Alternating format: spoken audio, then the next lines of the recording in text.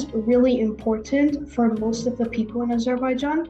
If we also look through the data of the literacy data of 2015 and 2017 of Azerbaijan, it's possible to see that more than 95% of the people actually know how to write and read. But the thing that Azerbaijani community didn't understand for years while being under the influence of the Soviet regime is education isn't just memorization of knowledge. Education also includes creative knowledge, because not all knowledge is true. Moreover, the people settling in rural areas are not valuing education as much, especially for women. The families are mostly encouraging their daughters to get married till the age of 16 or 18. For this, high school students actually should take action. For example, me and my classmates went to one of the rural areas and actually had a camp to teach English for the students and actually make them understand the societal stigma or societal pressure that's put on them. And we spent 3 days there. We explained everything, and they actually are waiting us to come back and have another session with them, which is a really good way to encourage others to learn about their society. The ideal school for me is a school which provides students with independence to learn. Instead of limiting the acquisition of knowledge for the community to believe in the generalized knowledge, the students should uphold their rights of learning credible knowledge from both teachers and from other resources, instead of believing one point of view or perspective of their own nation, but also get familiarized with other nations' perspectives.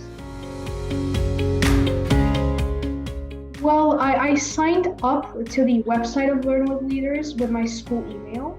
I actually found the programs interesting and checked out some programs related to politics and business. After that, I started to receive lots of emails about the programs and free conferences.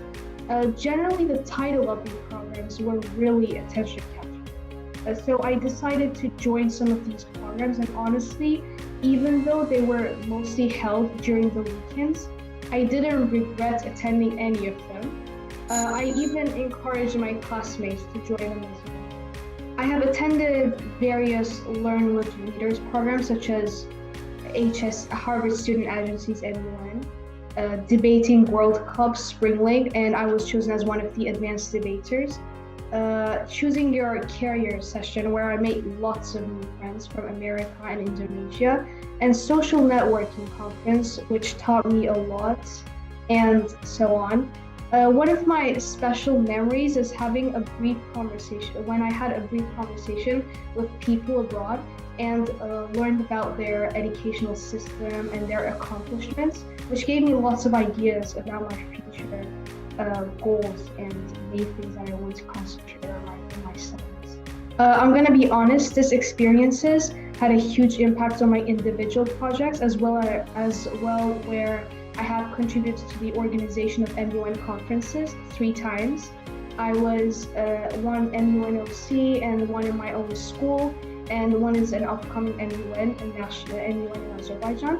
I have also started a campaign for preventing terrorism as a project leader, and planning to form another non-governmental organization with my colleagues to raise awareness about the unfortunate things happening in Iran.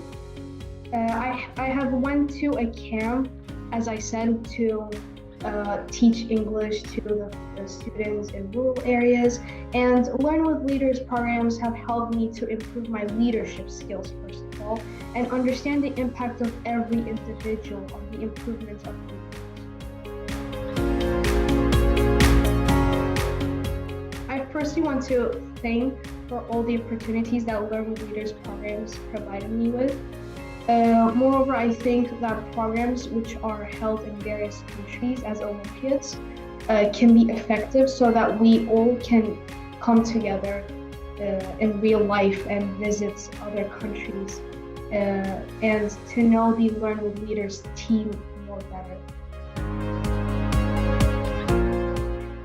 My educational goal for the future is, as I mentioned before, becoming a lawyer. I want to study international law, economics, and international relations as an undergraduate degree. I also want to do a PhD on the law for healthcare systems, which is one of the fields that should be improved from several aspects in Azerbaijan and also in international levels. When I share my future goals, people mostly think that studying law or becoming a diplomat means that I will be violating human rights for the benefit of the government instead of supporting the community. This is like a typical image of government workers. Well, one of my goals is actually to prove these people wrong. Moreover, I would like to break the societal stigma, forcing women to not be in these authoritarian positions. Right. So you had mentioned earlier that, it's not easy to become a female lawyer over there. So what exactly do you think in society it is that prevents women from stepping into the field of law? I would say the societal stigma, because for centuries now, we have been dealing with that archetypical character of woman where she should look after the kids, she should take care of the family while the man should work. This stigma forms the idea that if women starts to be in these authoritarian positions, becomes a lawyer or diplomat, they will encourage other women to uphold their rights, and this will cause protests or any other kind of force that will actually eliminate the societal expectations, which are so carried by the society. The community cares about this expectations a lot. They don't even think about the improvements or the development in global level. I would mention my mom as one of the people who encouraged me to do this. As a female character, she's so powerful. Even though she is a doctor, she considers these ideas to be so important and plays a huge role in the formation of the ideas of people for the future. And another person who inspired me to do this is actually my dad. Even though they were really worried about my career and my future as a lawyer because of the societal expectations, they still motivated me to choose this career at some point. After I chose it, they were like, maybe I can create some changes. Because when somebody wants it from the heart, it can really become true. And I'm really glad that my parents and people in my family actually believed in me and motivated me to choose this for my future.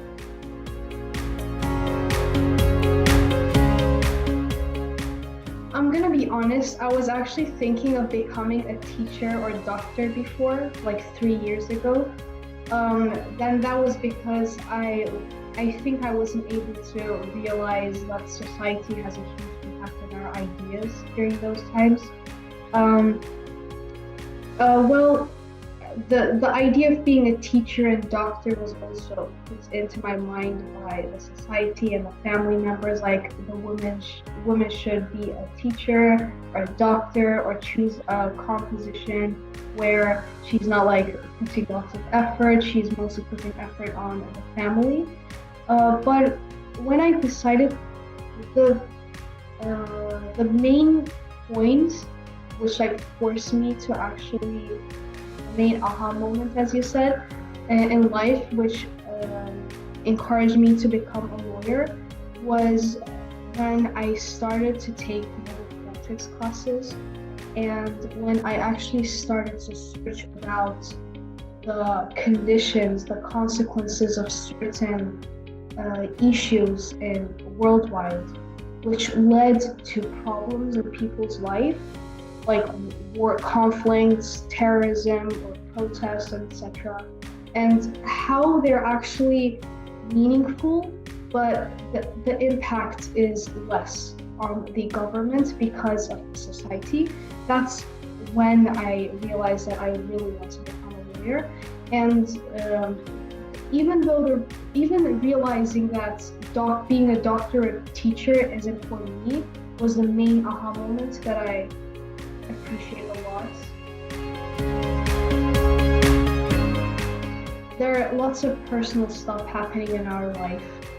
Because of being young, we can't say that people are inexperienced.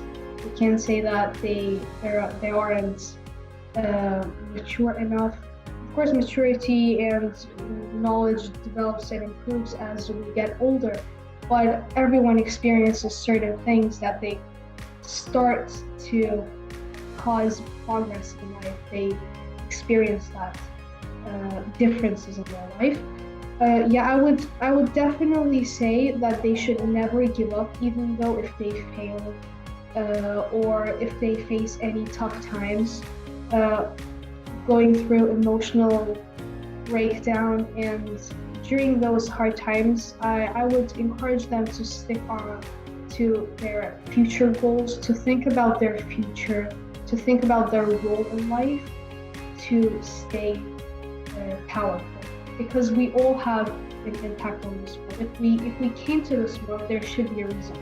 We can't be same. Our DNAs are different, our fingerprints are different, ideas are different. It can be similar but not same at all.